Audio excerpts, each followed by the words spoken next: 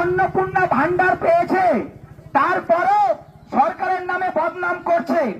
যারা প্রধানমন্ত্রী আবাস যোজনার মাধ্যমে ঘরের সার্ভে লিস্টে নাম উঠিয়েছে তারপরও সরকারের নামে বদনাম করছে। আমি তাদেরকে হুঁশিয়ারি দিয়ে বলতে চাই, সাবধান হয়ে যাও বন্ধু।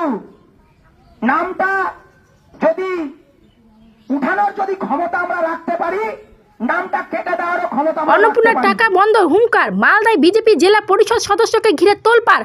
সুবিধা নিয়ে দুর্নাম করলে নাম কেটে দেব। মালদা বিজেপি জেলা পরিষদ সদস্য তারাশঙ্কর রায়ের বক্তব্য ভাইরাল। জেলা তৃণমূল নেতা বিশ্বজিৎ ঘোষের দাবি, ভোটে জিতে মানুষের মুখ বন্ধ করার চেষ্টা চলছে।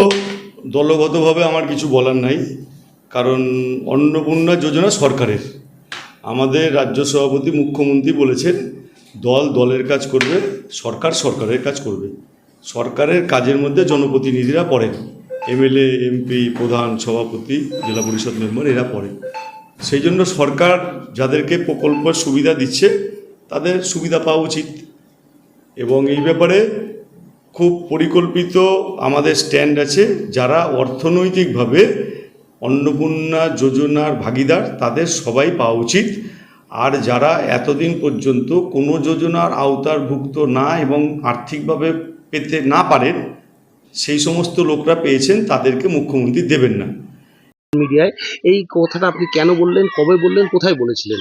আমাদের একটা স্ট্রিট কর্নার হচ্ছিল, স্ট্রিট কর্নারে মন্তব্যটা এই কারণে বহিঃপ্রকাশ ঘটিয়েছিলাম যে অন্নপূর্ণা ভান্ডার এখন পর্যন্ত 1,45,00,000 মানুষের অ্যাকাউন্টে আমাদের পশ্চিমবঙ্গ সরকার ক্রেডিট করিয়ে দিয়েছে ডিবিটির মাধ্যমে।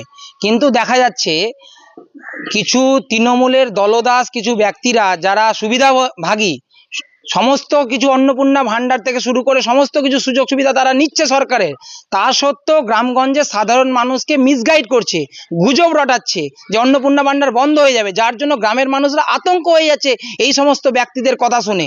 তার জন্য আমি ব্যক্তিগতভাবে নিজের মতামত বহিঃপ্রকাশ করলাম, যেখানে গভর্নমেন্ট অর্থ দিচ্ছে সেখানে তৃণমূলের কিছু চটিচাটা যদি এখন মনে করে যে আমাদের সরকারকে কালিমালিত্য করবে, আমরা সেটা বরদাস্ত করব না।